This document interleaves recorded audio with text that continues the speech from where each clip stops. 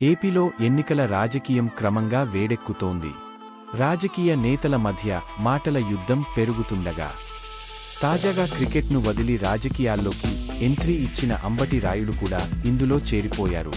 తొలుత వైసీపీ చేరి వారం రోజులకే బయటికి వచ్చి జనసేనలో చేరిన ఆయన ఇవాళ వైసీపీ వైఎస్ జగన్పై తీవ్ర స్థాయిలో విమర్శలకు దిగారు.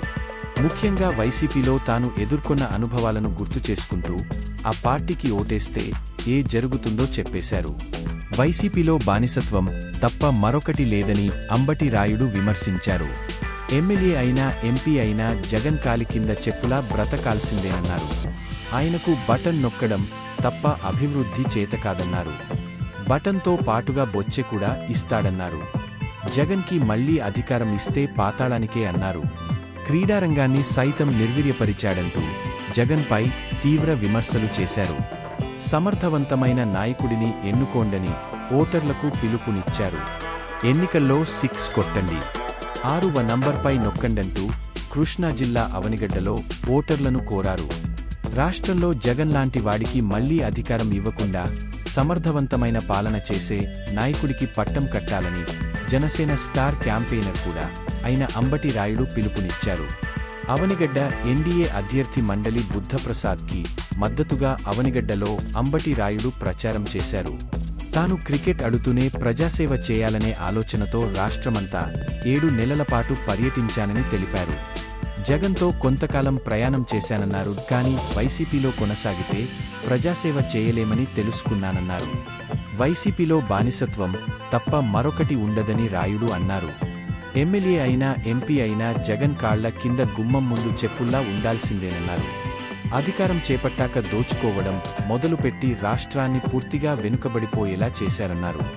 ఒక ప్రాజెక్ట్ కట్టడం కానీ ఒక పరిశ్రమను తీసుకుని రావడం కానీ చేయకుండా బటన్లు నొక్కడమే అధికారం అన్నట్లుగా జగన్ పరిపాలన చేస్తున్నాడన్నారు. ఇలాగే బటన్లు నొక్కుతూ రాష్ట్రానికి బొచ్చె ఇస్తారని రాయుడు అన్నారు.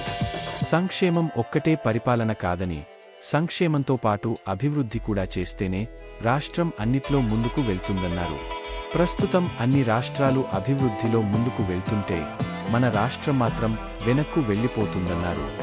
ఇవన్నీ అనుభవంతో తెలుసుకున్నాన్నారు. కులమతాల భేదం లేకుండా అన్ని కులాల వారిని ఒకేత్రాటిపై తీసుకుని రావాలనే పవన్ కళ్యాణ్ ఆరాటం అన్నారు. పవన్ పోరాటం తనకు ఎంతగానో నచ్చిందని, కూటమి ప్రభుత్వం ప్రకటించిన మేనిఫెస్టోలో ప్రతి అంశం అమలు అయ్యేలా పవన్ కళ్యాణ్ తప్పకుండా చూస్తారన్నారు. రాష్ట్ర భవిష్యత్తుకు, ప్రజల భవిష్యత్తుకు ముఖ్యమైన ఈ ఎన్నికలలో ప్రతి ఒక్కరూ కూడా సమర్థవంతమైన నాయకుడిని ఎన్నుకోవాలని రాయుడు సూచించారు. నా హృదయపూర్వక నమస్కారాలు. చాలా సంతోషంగా ఉంది. అవనిగడ్డ గురించి చాలా విన్నాను. మా వైఫ్ కూడా దగ్గర రేపల్లి నుంచి ఎప్పుడో చెప్తూ ఉంటుంది. వాళ్ళ కజిన్స్ కూడా ఇక్కడ చాలా మంది ఉన్నారు. అవనిగడ్డలో బంధుత్వం చాలా ఉంది. సో ఈరోజు బుద్ధప్రసాద్ గారి గురించి పెద్దగా నేను చెప్పేది ఏమి లేదు. మీ అందరికీ కూడా తెలుసు. 56 ఏళ్ల నుంచి ప్రజాసేవలో ఉన్నారు. వారి కుటుంబం ఎంతో మంచి మనసు కలిగిన వ్యక్తి. మా ఫ్యామిలీకి కూడా చాలా క్లోజ్. సో చాలా సంతోషంగా ఉంది. ఆయనని మీరు దగ్గరుండి గెలిపించుకోవాలని నేను ప్రార్థిస్తున్నాను. అదే కాకుండా ఈరోజు నేను ఇక్కడ జనసేన పార్టీకి మద్దతు పలుకుతూ ఇక్కడ రావడానికి కారణం ఏంటంటే, మన రాష్ట్రం మొత్తానికి కూడా ఇదొక పెద్ద అవకాశం. అభివృద్ధి బాటన పట్టించే అవకాశం మీ అందరికీ ఉంది. మీరు దయచేసి ఆలోచన చేసి మంచి క్లీన్ గవర్నమెంట్ ఎవరు ఇవ్వగలరు, ఏ నాయకుడికి విజన్ ఉంది, పవన్ అన్న విజన్ ఏంటి, పవన్ అన్న విజన్ ఏంటో 3 గంటల్లో నేను తెలుసుకున్నాను.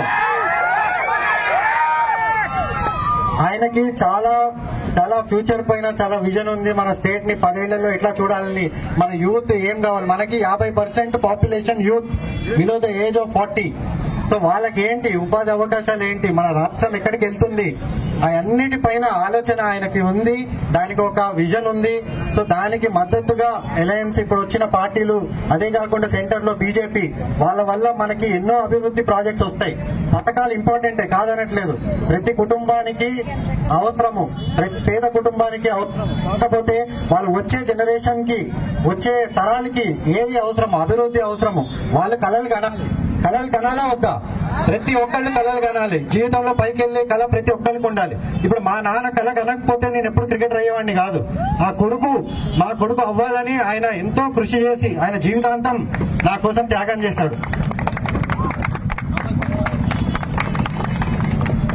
అదే కాకుండా మనందరం కూడా మన రాష్ట్రం కోసం మనం ఏం చేయగలం, ప్రజల కోసం ఏం చేయగలం, ప్రజాసేవ కోసమనే నేను 7 నెలలు మొత్తం రాష్ట్ర వ్యాప్తంగా తిరిగాను.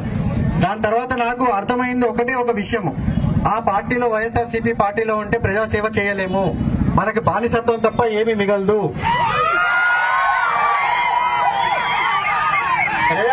ప్రజాసేవ చేయాలి, మనుషులకి సేవ చేయాలి. మీరు చెప్పండి, ఒక్క ఎంపీ ఎమ్మెల్యేతో మీకేమైనా పని అయిందా ఈ రోజు వరకు?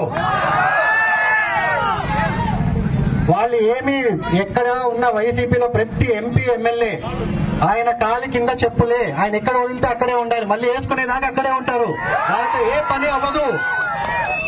సో మీరు దయచేసి ఆలోచన చేయండి, ప్రజల కోసము, మీ ప్రాంతం కోసము, మీ పంచాయతీ కోసము, మీ మండల్ కోసం ఎవరు చేయగలరు? మీ యువత కోసము, వచ్చే జనరేషన్ కోసము, ఒక్క నియోజకవర్గం కోసము, అదే కాకుండా మొత్తం మన రాష్ట్రం కోసము. దేశంలోనే మన రాష్ట్రము ఎన్నో ఏళ్లుగా 50-60 సంవత్సరాల నుంచి స్పెషల్లీ మన కోస్తా ప్రాంతము అన్ని విధాలుగా ముందున్న ప్రాంతాన్ని వెనుకబడేశాడు, భయంకరంగా వెనుకబడేశాడు. ఒక్క ప్రాజెక్ట్ లేదు ఇక్కడ. మనం ఏం అడిగినా గానీ కృష్ణా జిల్లా దగ్గర నుంచి గోదావరి జిల్లాల దాకా ఉమ్మడి జిల్లాలు ఇప్పటి వరకు ఒక్క ప్రాజెక్ట్ అయింది లేదు. మేము ఉన్నప్పుడు కూడా ఎన్నో అడిగాం, అయ్యా ఇది అవ్వట్లేదు, గుంటూరు ఛానల్ అవ్వట్లేదు, అయ్యా దీన్ని ఏమైనా చేయండి, దాన్ని ఏమైనా చేయండి, ఎన్నో అడిగాం. ఒక ఫ్యాక్టరీ తీసుకురండి, ఇక్కడ అందరికీ అందరూ బీటెక్ చేసిన వాళ్ళు ఉన్నారు, ఇండస్ట్రీస్ తీసుకురండి, ఒక్కటి లేదు, ఒక్క ఆలోచన లేదు. ఏమన్నా అంటే ఒక బటన్, ఆ బటన్ తో ఏమవుతుంది? సరే బటన్ తో పాటు ఒక బొచ్చ కూడా ఇస్తే అయిపోద్ది మొత్తం రాష్ట్రానికి. నేను ఒకటి మీ అందరినీ కోరుకుంటుంది, దయచేసి మీరు ఫ్యూచర్ గురించి ఆలోచన చేయండి. పథకాలు ఉంటాయి, దాంతో పాటు అభివృద్ధి కూడా ఉంటుంది. అదే కాకుండా మన ప్రాంతము దేశంలోనే మన రాష్ట్రము నంబర్ 1 రాష్ట్రంగా చూడాలని నా కోరిక. ప్రతి యూత్ కూడా అదే కోరిక ఉండాలి. అన్ని రాష్ట్రాలు వేరే డైరెక్షన్ లో వెళ్తుంటే మనం ఇంకో వైపు వెనక్కిపోతున్నాము, అన్ని విధాలుగా వెనక్కిపోతున్నాం. మెల్లగా చూస్తే బర్మాలో కలపాల్సి వస్తుంది మనల్ని.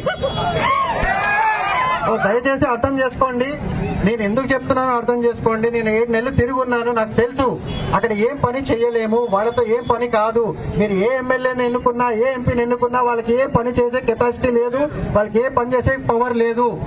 సో ఈ రోజు ఇంకొకటి, జనసేన పార్టీ అనేది ప్రతి కులాన్ని, మతాన్ని ఒకటేలాగా చూసి అందరికీ ఈక్వల్ ఆపర్చునిటీ ఇచ్చి సామాజికంగా, రాజకీయంగా అందరినీ ముందుకు తీసుకుని వెళ్లే ఏకైక పార్టీ జనసేన పార్టీ.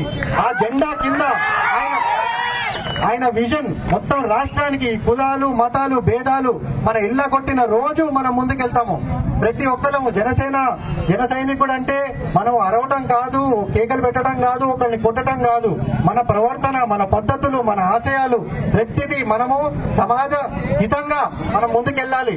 ప్రతి ఒక్కరం కూడా సమాజం కోసం పనిచేయాలి. దయచేసి అర్థం చేసుకోండి, మంచి బంగారపు అవకాశం ప్రతి ఒక్కరికి కూడా రాష్ట్రాన్ని మార్చడానికి. ఇది పోయిందంటే మళ్ళీ 5 ఏళ్ల తర్వాత ఇంకా పాతాళంలోకి వెళ్తాము. దాని తర్వాత మనకి అవకాశాలు ఉండవు.